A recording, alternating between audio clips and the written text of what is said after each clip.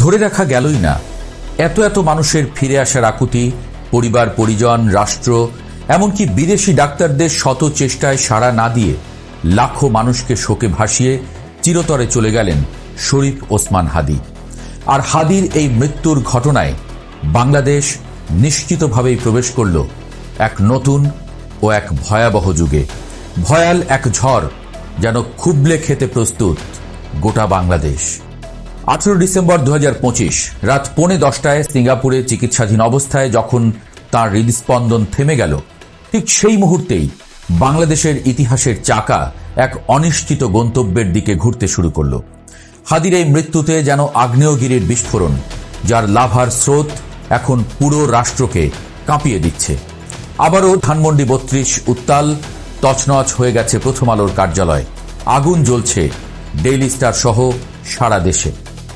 থমথমে অবস্থা পুরো বাংলাদেশে। ভয়ানক ঝড় এরই মধ্যে শুরু হয়ে গেছে। অনুমান ছিলই হাদীকে হারিয়ে শোকে পাগল প্রায় হয়ে যাবে তার অনুসারীরা। হাদী বোধহয় নিজেও জানতেন না, শত্রু যেমন তৈরি করেছেন গন্ডায় গন্ডায়, বন্ধুর সংখ্যাও নেহায়েত কম নয়। তার গড়া ইনকিলাব মঞ্চ আগে থেকেই ঘোষণা দিয়ে রেখেছিল, হাদীর কিছু হলে পুরো বাংলাদেশ অচল করে দেয়া হবে। খুনিরা গ্রেপ্তার না হওয়া পর্যন্ত অবস্থান নেওয়া হবে শাহবাগে। কথা মতো হাদীর মৃত্যুর খবর শোনা যেতেই ক্ষোভে রাগে ফেটে পড়েছে ছাত্র জনতা। গভীর রাতেই শাহবাগ পরিণত হয়েছে জনসমুদ্রে। ঢাকা বিশ্ববিদ্যালয়, যাত্রাবাড়ি, উত্তরা থেকে শুরু করে দেশের প্রতিটি প্রান্ত থেকে মানুষ ছুটে এসেছে রাজপথে। স্লোগানে স্লোগানে প্রকম্পিত হচ্ছে আকাশ বাতাস, দিল্লি না ঢাকা, ঢাকা ঢাকা। হাদীর রক্ত বৃথা যেতে দেব না, আমরা সবাই হাদী হব, গুলির মুখে কথা বলবো।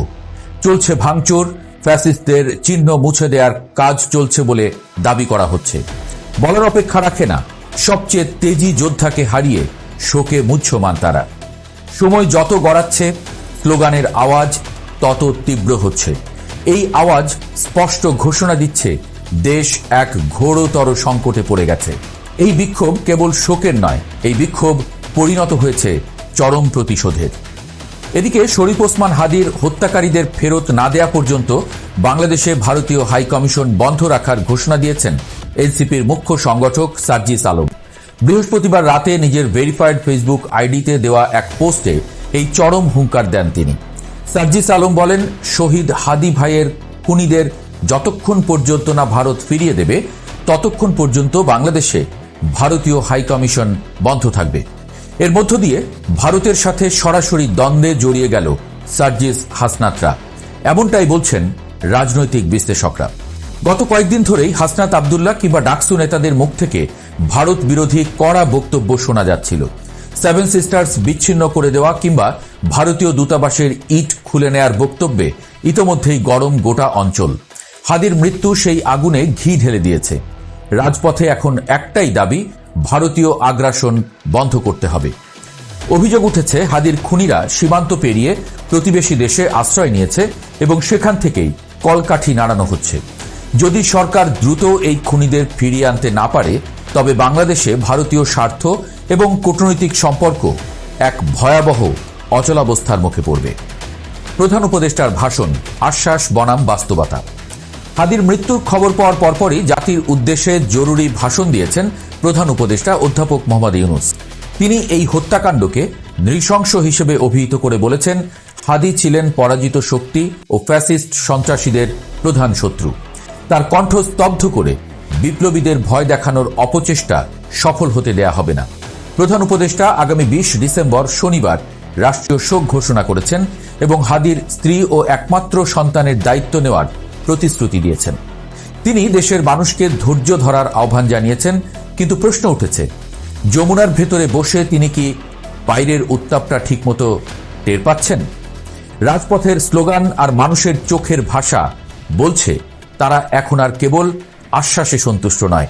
হাদী ছিলেন এই গণতান্ত্রিক উত্তরণ প্রক্রিয়ার অবিচ্ছেদ্য অংশ। তার ইচ্ছা ছিল আসন্ন নির্বাচনে অংশ নিয়ে নতুন বাংলাদেশ বিনির্মাণে ভূমিকা রাখা। প্রধান উপদেষ্টাও স্বীকার করেছেন সেই স্বপ্ন অপূর্ণ রয়ে গেল, কিন্তু এই স্বপ্নভঙ্গের দায় এখন গোটা রাষ্ট্রের উপরে। হাদীর মৃত্যুর পর এখন ডিজিটাল প্ল্যাটফর্ম থেকে শুরু করে চায়ের কাপে একটাই আতঙ্ক, পরের জনকে।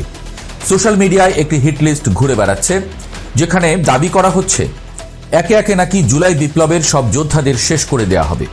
এই রটনা মানুষের মধ্যে চরম নিরাপত্তাহীনতা তৈরি করেছে। দাবি করা হচ্ছে ভারতের প্রত্যক্ষ মদদে খুনিরা এই সাহস পাচ্ছে। অবস্থা এমন যে বিএনপির জাকির খানের মতো নেতাকে নিজের নিরাপত্তার জন্য জিডি করতে হচ্ছে। নির্বাচন কমিশনের কাছে নিরাপত্তা চাচ্ছেন ব্যারিস্টার ফুয়াদের মতো নেতারা। এনসিপির নেতাদের কণ্ঠেও হিটলিস্টের কথা শোনা যাচ্ছে বারবার। এই অবস্থায় প্রশ্ন উঠেছে, যেখানে দেশের প্রথম সারির নেতাদের জীবনের নিরাপত্তা নেই, সেখানে সাধারণ মানুষের নিরাপত্তা কোথায়? এই নিরাপত্তাহীনতার বোধ থেকেই জন্ম নিচ্ছে চরম অস্থিরতা। আইনশৃঙ্খলা রক্ষাকারী বাহিনীর পেশাদারত্ব এখন বড় ধরনের প্রশ্নের মুখে। যদি দ্রুত এই ষড়যন্ত্রের শিকড় উপড়ে ফেলা না যায়, তবে বাংলাদেশ এক অন্তহীন অন্ধকার রাজনৈতিক চোরাবালিতে হারিয়ে যেতে পারে বলে মত বিশ্লেষকদের। এদিকে বিএনপি নেতা তারেক রহমান হাদির মৃত্যুতে গভীর শোক প্রকাশ করেছেন। তিনি বলেছেন, এই অকাল শহীদী মৃত্যু আবারও মনে করিয়ে দিল রাজনৈতিক সহিংসতা কত বড় মানবিক মূল্য দাবি করে। কিন্তু পর্দার আড়ালের আসল সমীকরণ হল তারেক রহমান আগামী 25 ডিসেম্বর দেশে ফিরছেন। তার বিমান টিকিট থেকে শুরু করে দেশে এসে কোথায় উঠবেন সব চূড়ান্ত। কিন্তু দেড় যুগ পর তিনি এমন এক সময় ফিরছেন যখন বাংলাদেশ রীতিমতো কাঁপছে। সবচেয়ে বড় বিতর্ক শুরু হয়েছে নির্বাচন নিয়ে। হাদির মৃত্যুর বিচার না হওয়া পর্যন্ত বাংলাদেশ শীতল হওয়ার সম্ভাবনা কম। এর মধ্যেই নির্বাচনের দিন চলে আসার কথা, কিন্তু বিশ্লেষকরা বলছেন এই উত্তাপ পরিস্থিতিতে নির্বাচন করা অসম্ভব, এমন দাবিও উঠতে পারে কৌশলে। অনেকেই দাবি তুলতে পারেন, যেখানে মানুষের জীবনের নিরাপত্তা নেই সেখানে কিসের নির্বাচন? কেউ কেউ মনে করছেন নির্বাচন পেছাতেই হাদিকে হত্যার টার্গেট করা হয়েছিল।